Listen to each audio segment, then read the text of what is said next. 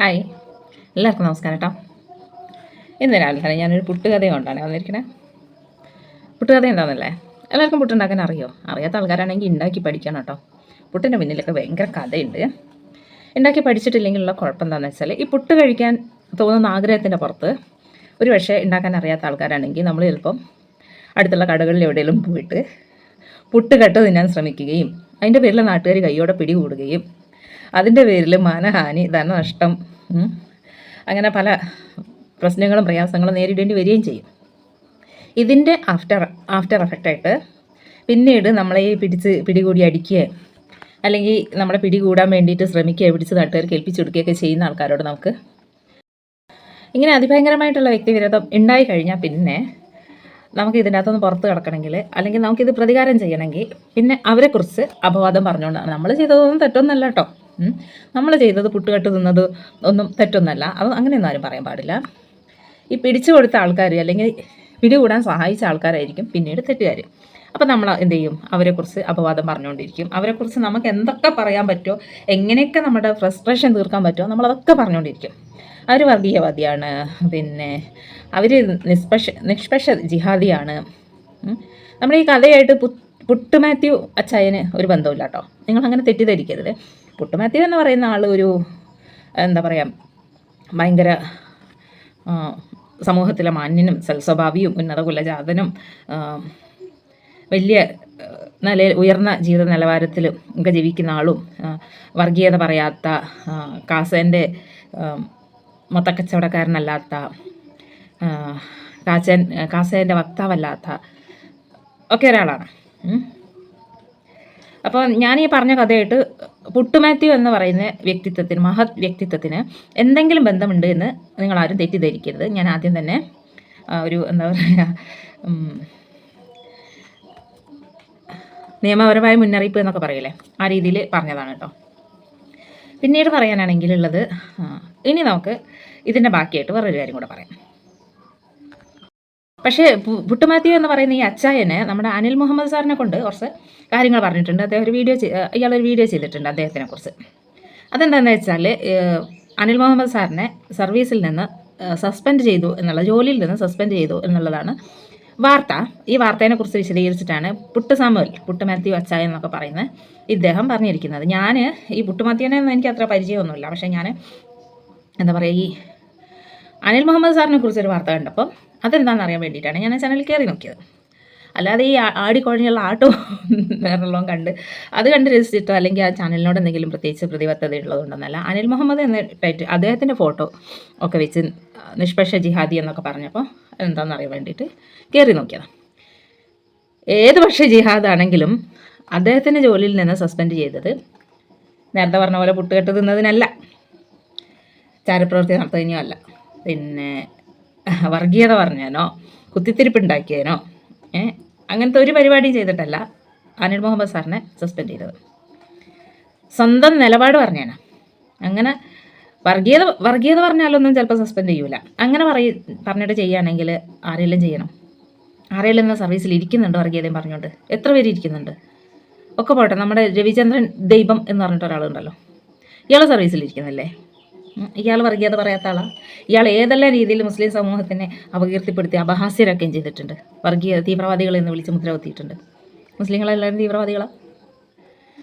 അല്ല. അപ്പം മുസ്ലിം സമുദായത്തിന് നേരെ ആക്ഷേപം വരുമ്പോൾ നടപടി എടുക്കാൻ ഇച്ചിരി ഉഷാർ കൂടും. നേരെ തിരിച്ചാകുമ്പോൾ ആ നടപടി കുറച്ച് വൈകുകയും ചെയ്യും. വൈകുന്നല്ല, അതിനൊരു ത്രില്ലില്ല. അതാണ് സംഭവം. അപ്പോൾ ഈ പുട്ട് കെട്ട് തിന്നതിന് നാട്ടുകാർ എടുത്തിട്ട് അടിച്ചിട്ടുണ്ടെങ്കിൽ അത് സ്വന്തം കയ്യിലിരിപ്പ് കൊണ്ടാണ് എന്ന് കരുതി ആശ്വസിക്കുക അല്ലാതെ, അതിന് കാരണക്കാരായിട്ടുള്ള ആൾക്കാരെ നിരന്തരം പറക്കം നടന്ന് ദ്രോഹിക്കുകയും അവർക്ക് എന്തെങ്കിലും ഒരു പ്രയാസം വരുന്ന സമയത്ത് അതും എടുത്ത് വെച്ച് ആഘോഷിക്കുകയും ചെയ്തതുകൊണ്ട് നിങ്ങൾക്ക് അതിൻ്റെ അകത്തുനിന്ന് എന്താ ആനന്ദം കിട്ടുന്നതെന്ന് എനിക്കറിയില്ല. എന്തായാലും അവനാന് വന്ന് വീണ പേര്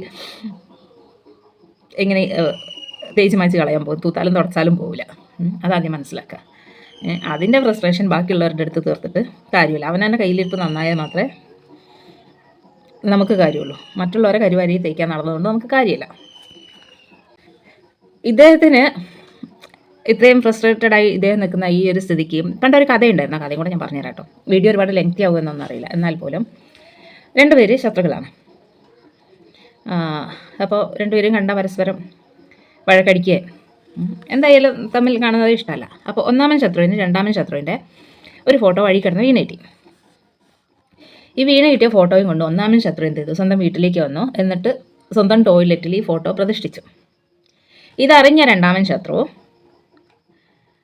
ഒന്നാമനോട് ഉപദേശിച്ചു, അല്ലെങ്കിൽ ഒന്നാമനോട് പറഞ്ഞു, നിനക്ക് ശോധനയ്ക്ക് ഭയങ്കര ബുദ്ധിമുട്ടാണ് എന്ന് ഞാൻ അറിഞ്ഞു. എൻ്റെ ഫോട്ടോ നീ കൊണ്ടുപോയിട്ട് നിൻ്റെ ബാത്റൂമിൽ അല്ലെങ്കിൽ നിൻ്റെ ടോയ്ലറ്റിൽ വെച്ചോ, എനിക്ക് കുഴപ്പമൊന്നുമില്ല. കാരണം നിൻ്റെ ശോധനേൻ്റെ ബുദ്ധിമുട്ട് എൻ്റെ ഫോട്ടോ കാണുമ്പോൾ നിനക്ക് മാറിക്കിട്ടും എന്നുണ്ടെങ്കിൽ എനിക്കതിൽ സന്തോഷമേ ഉള്ളൂ. എന്ന് വെച്ചാൽ ഈ ഫോട്ടോ കാണുമ്പോൾ നീ പേടിച്ചപ്പിയിടും എന്ന് എനിക്കറിയാം.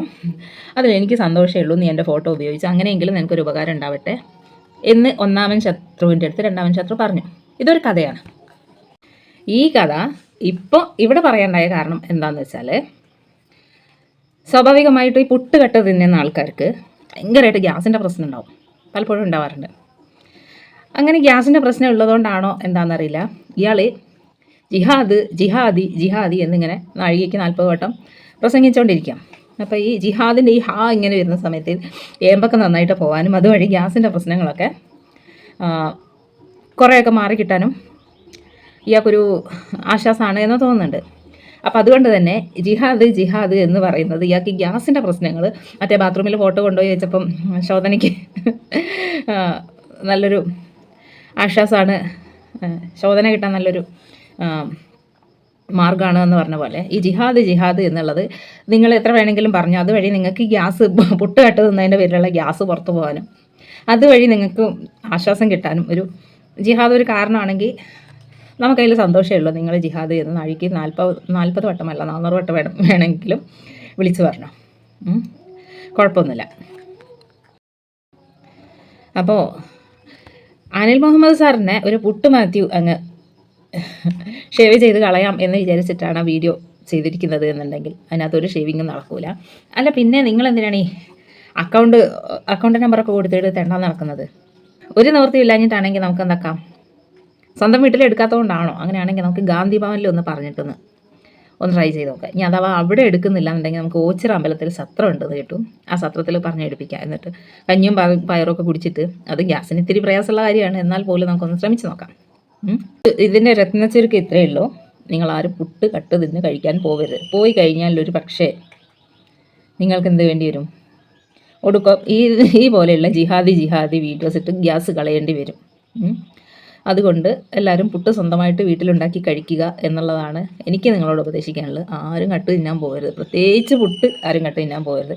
തടി കേടാകും, ഗ്യാസ് കൂടും, പിന്നെ ജിഹാദി എന്ന് പറഞ്ഞ് ഏമ്പക്കം ഇട്ടുകൊണ്ട് നടക്കേണ്ടി വരും. അപ്പോൾ വീഡിയോ ഇത്രയും ഉണ്ടായിരുന്നുള്ളൂ. വീഡിയോ ഇഷ്ടപ്പെടുകയാണെങ്കിൽ ചാനൽ സബ്സ്ക്രൈബ് ചെയ്യാനും അഭിപ്രായം കമൻറ്റ് പറയാനും മറക്കരുത് കേട്ടോ. വീഡിയോ ലൈക്ക് ചെയ്യണം, ഷെയർ ചെയ്യണം, സപ്പോർട്ട് ചെയ്യണം. അപ്പോൾ എല്ലാവർക്കും ടാറ്റാ.